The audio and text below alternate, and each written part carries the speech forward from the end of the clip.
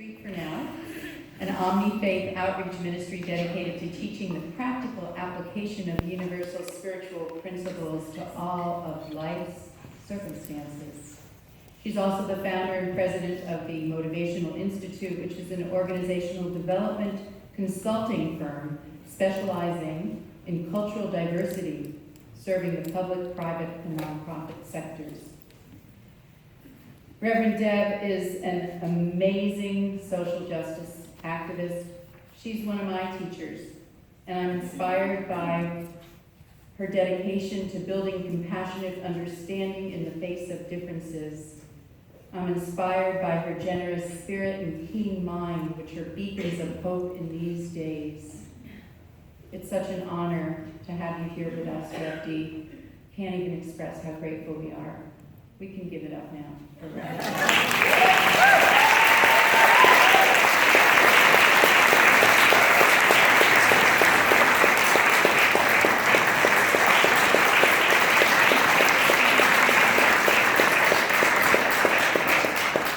Shalom. Thank you for that wonderful introduction. And you know, it just seems like every time I hear you, you sound more angelic. Really. And I think that was one of the best arrangements of Go Down Moses I've heard. Yeah, really. So, you know, I really want to compliment. Okay. Thank you. And it's good to be back. I consider Temple Bethel to be one of my second homes here in the Santa Cruz area and amongst my faith communities, period. And I would like to do a little shameless plug for this Martin Luther King weekend. We have organized in Interlight a whole weekend of activities, and there should be some flyers out on the foyer. But they're not just a bunch of random activities. They are really designed to honor the different ways that Martin Luther King did his organizing strategies. So we're here tonight, on Friday night, because deep at the heart of the way that King worked was around worship and interfaith coalition building, which I will speak some more about tonight. We are participating in the NAACP's Gospel Fest tomorrow night because the singing of praises to the Most High was this incredible source of inspiration that kept them going, no matter what it was that they were doing, whether it was in the streets or in the jails or anything in between. On Sunday, we invite you to come to Interlight down the street. We're just on the other side of Park Avenue. At 6 p.m., we're going to be doing a film. Another way that King operated is that he did public education through media. I think it was, in fact, the pictures that people would see coming in of what was happening that really moved the hearts. This movie is called Traces of the Trade. It's the story of the Deep North. As it turns out, the largest slave trading port in the United States was in Rhode Island. Even I didn't know that until I saw this movie, and it's this wonderful documentary of the family of the largest slave trading family in the United States. And their descendants get together, it's about 8 of them, and they follow the trade. It's an actual documentary. So they go to Rhode Island, then they go to Ghana, they go to Cuba, and deal with the descendants there, and it's their reckoning. So you're going through it with them on what does all this mean to reconcile this past. How do we make sense out of it, and how do we make amends for all of this stuff now that we know? And there's a discussion that follows. And last but not least, we invite everybody to join us at the MLK March. That starts on, I think it's Cath Park, yes. Between Pacific and Yes, Catford by Pacific. Don't let me kill it. Just look it up, Google it. But I do know it starts at 10, and I do know that we're kind of going in a square. We're going to wind up at Loudon Nelson Center. And needless to say that nonviolent protest, particularly marching, was one of his prime organizing ways. So if you're available to do any of that, we would invite you to come and to participate with us. My mind has been all over the place in trying to figure out what was the best thing to say tonight. There's a lot going on. There's just a lot going on. And I try to imagine, like, what would King say? Really, at a time like this. But one of the things that I want to mention before I get too far in is I really want to say thank you to my Jewish brothers and sisters for a number of reasons. One, I want to say thank you for your history, your struggle. It has been the inspiration of the civil rights movement. You know, the slaves were not allowed to read anything but the Bible. And that could have been one of the dumbest things that the slave masters ever did, because they hooked right into the story of the Israelites and the deliverance of freedom. It was their promise. You can't hardly listen to a hymn or a gospel song that's not referencing something from the Hebrew text. And I want to say thank you for that. And when I say the Interfaith Coalition building, up front was the relationship between the Jewish church and the African American leaders in body and soul and in money, and help underwriting, you know, that movement. So it does not go without notice. And in my spiritual tradition, we have a saying that the consciousness that obtains sustains. We got here with that, and we need to keep that going to keep going. We cannot afford to acquiesce. We cannot afford to not be in the public arena as people of faith. We cannot afford to cede the territory of faith community to bigots and to ones who would defile what we know of as justice, distorting our holy books and our holy texts. Can't do it. As a cultural diversity trainer, I'm very sensitive to cultural misappropriation when you're using other people's cultural things for your own. And as an African American fundamentalist, I want to apologize up front, because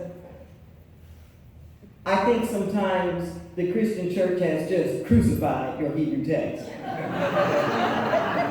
claiming it as their own, and it says this. And I say, well, if the people who wrote it are still debating what it says, what makes you think you know what it says? I'm just saying.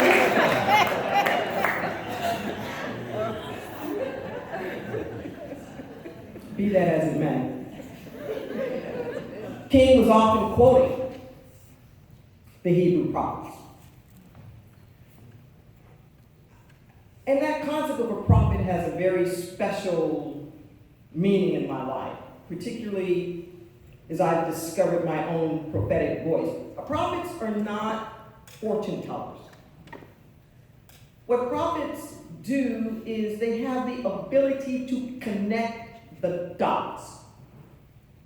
They have the ability to see the origins of where things have come, to see the ways in which they're expressing now, and to see the trajectory of where it's going. So it isn't so much that they're fortune tellers or can predict the future, they can see this path goes over there.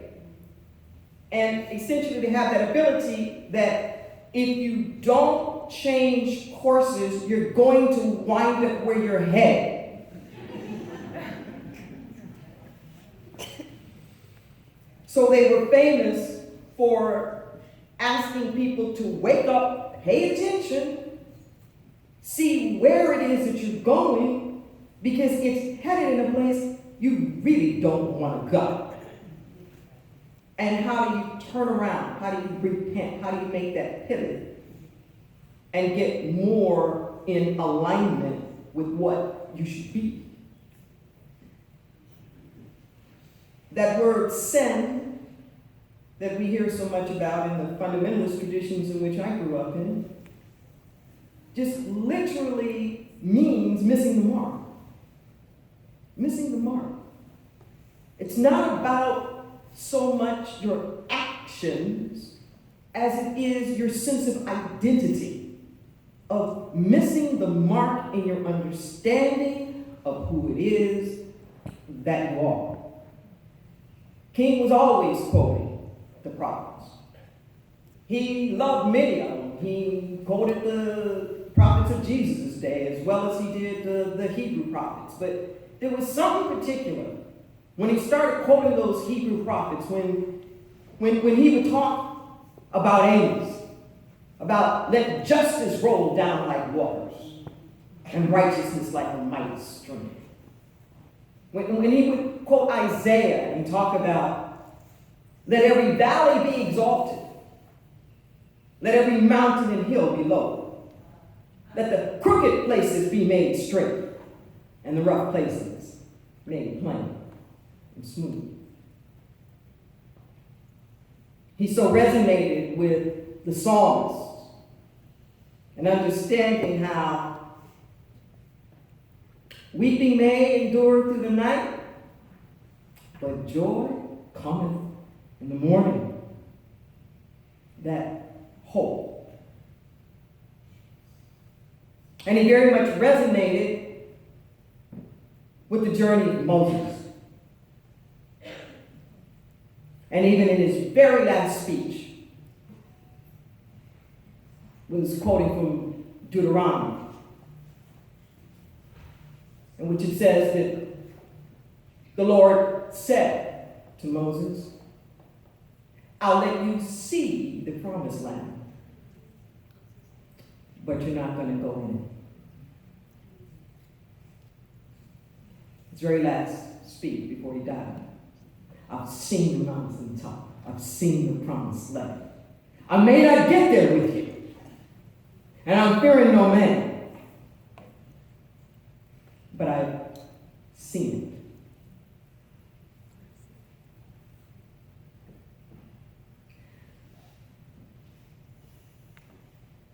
Are you willing to work for a promised land that you may never enter into?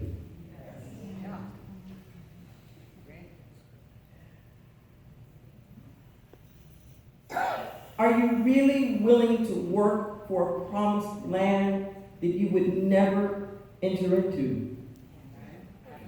See, justice doesn't know time. Justice doesn't know space, or history, or culture, or tradition. We can't let our minds start measuring progress in 4-year increments and intervals. Because that's not how justice or progress, in fact, is measured. There's a keeping on.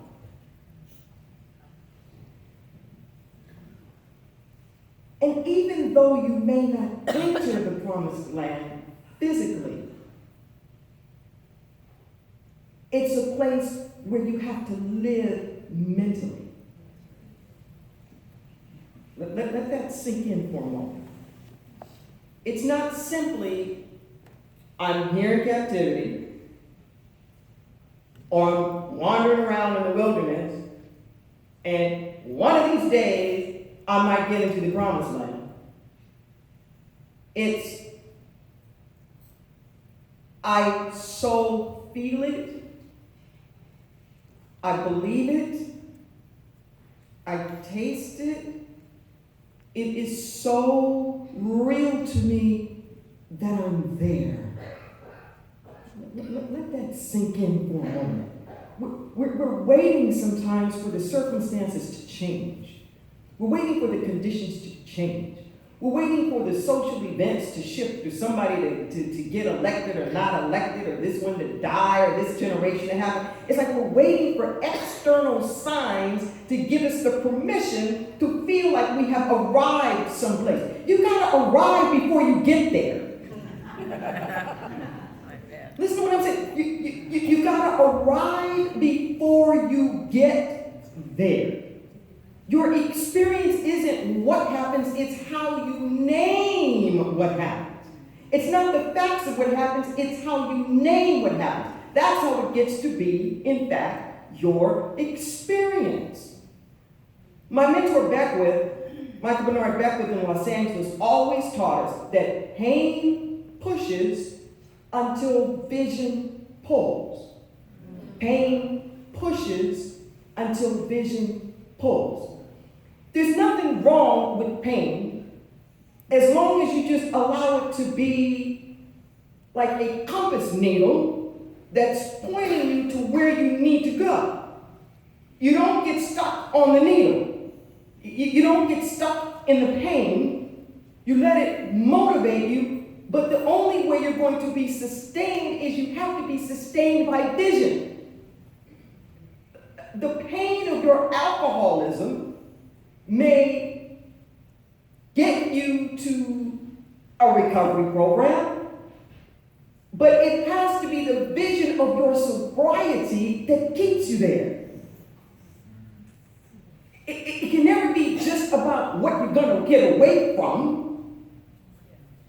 The pull and the promise of where you're going to go, of what it's going to be, has to be so great, so strong, so compelling that you just won't accept anything else. I'm telling you now, as somebody who's been a social justice activist all of my life, this is how it works. We can take anything. I'm having flashes now of being in the room there with marriage equality stuff. Temple Bethel has been one of the big organizers of a coalition, proud to be a part of that coalition in the Santa Cruz area called Out in Our Faith. And we started years ago, primarily around Prop 8 things, but it continued going about how do we become more inclusive and affirming spiritual communities. This work goes on all the time, monthly. But what I know in doing that work is that it wasn't like there were a bunch of couples sitting around wondering and waiting for the government to give them permission to get married. No. It was brave people who dared to establish relationships, who dared to live those relationships out loud, who already considered their relationships marriages, and then demanded that the law catch up to the reality that already existed. That's different than waiting for somebody to give you the permission to marry, than to say, we're already married. Wake up and recognize that. This is what King understood. Sometimes I wish they didn't call it a civil rights movement, because we miss it. It was a spiritual rights movement. It was a spiritual rights movement. What King was trying to establish was a new relationship that we all had to one another as equal under the eyes of God. And if we are in fact equal under the eyes of God, then this discrimination is not justifiable. It's not justifiable. So we weren't asking for equality, we're saying then let's get rid of the laws that falsely restrict us from experiencing the freedom we already have. But they have to already believe that they were free in their mind. You know, women who are searching for equality in the workplace or whatever, they're not waiting for men to make them equal.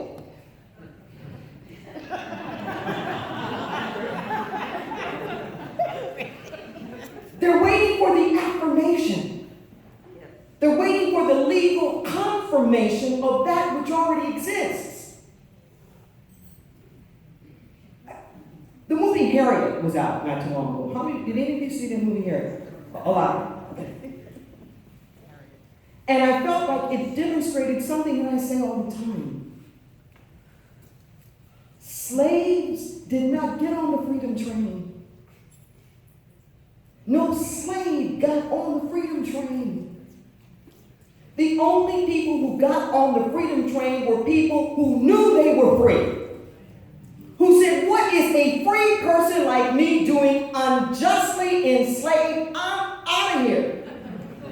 And I'm going someplace, not someplace where they're going to free me, but someplace where they're going to recognize me for the free person that I am. This is the place that we have to stand. We can't wait for the government to make it a certain kind of way. We have to walk around with a boldness as though this is already so. And y'all got to chop and get in line. That's different than wondering, is it going to happen? Are we ever going to get there? Are they going to let us? Are they going to change? When is it going to happen? No. That's disempowered. And it dishonors King's legacy, to tell you the truth. It's when you walk around with a boldness, with this ostentatious, just audacious, radical inclusiveness, where you really, really, really, really believe that we are all equal. Where you believe it. You're not worried about, do they believe it? Because you believe it so much, it shifts and changes. I get these spirit downloads that come in the form of letters. I have a series out called Letters from the Infinite. And there's this one concept in there that really struck me. And it describes the difference between into and unto. It says, when you go into something, you are acutely aware of how it's going to change you. And that's part of the reason why you go into it. We go into academic programs, we go into marriages, we go into all these different things because we know it's going to have an impact on us. It says unto is different. Unto is when you move forward, everything changes because of who you are. Into, you're going to see how all of it's going to impact you. Unto, you show up and make the difference. Unto is everything shifts and changes as a response to who you are. We need to move around with an unto consciousness. Jesus is often quoted as saying, it is done unto you as you believe. Because you take what you believe with you and that shapes everything around. We need an unto moment. We need to believe. And we need to become.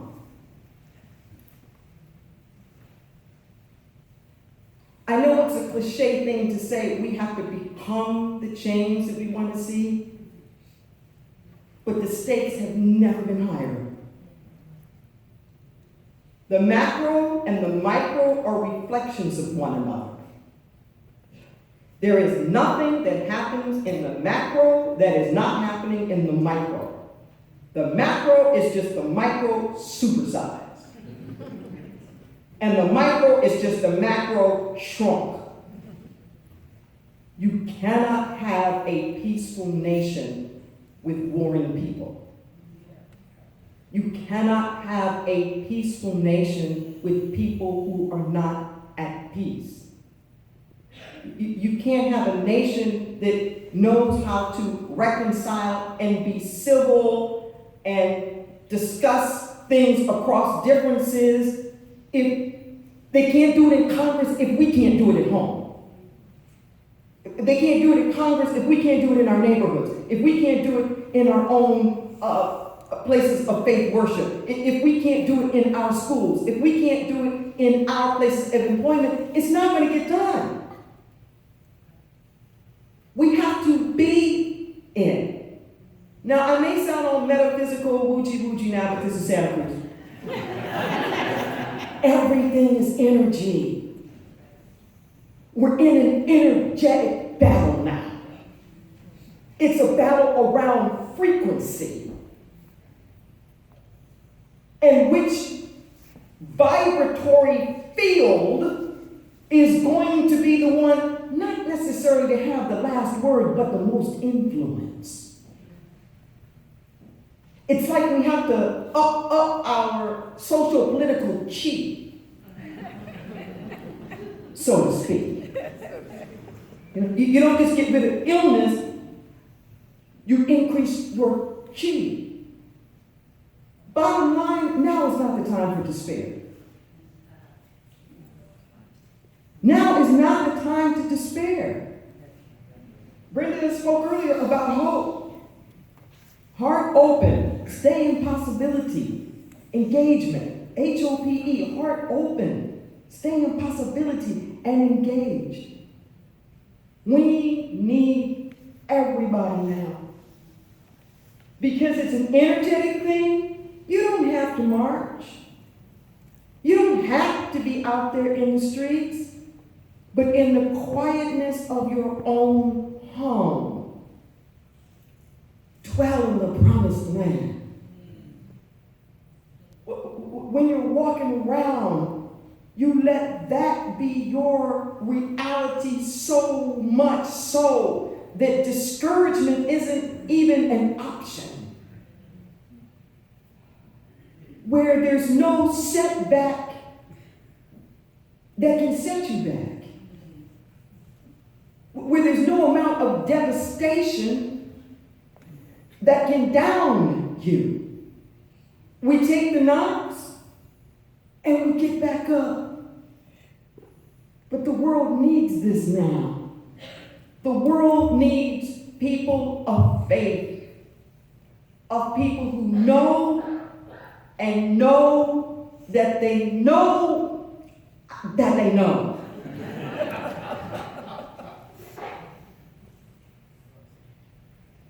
That mark of the moral universe is long, but it bends towards justice. We know that. We've lived that. And I think those of us who literally been in captivity and those who have literally been free have the extra moral responsibility to speak that truth and to speak that freedom, but out of love. I'm talking about the radical inclusiveness. King said, I don't want to kill white people. I want to live next door to them. Like his I Have a Dream speech. I want our kids to walk hand in hand. Is that what you want? I mean, really? Do you want the kids of the Republicans and the Democrats to walk hand in hand?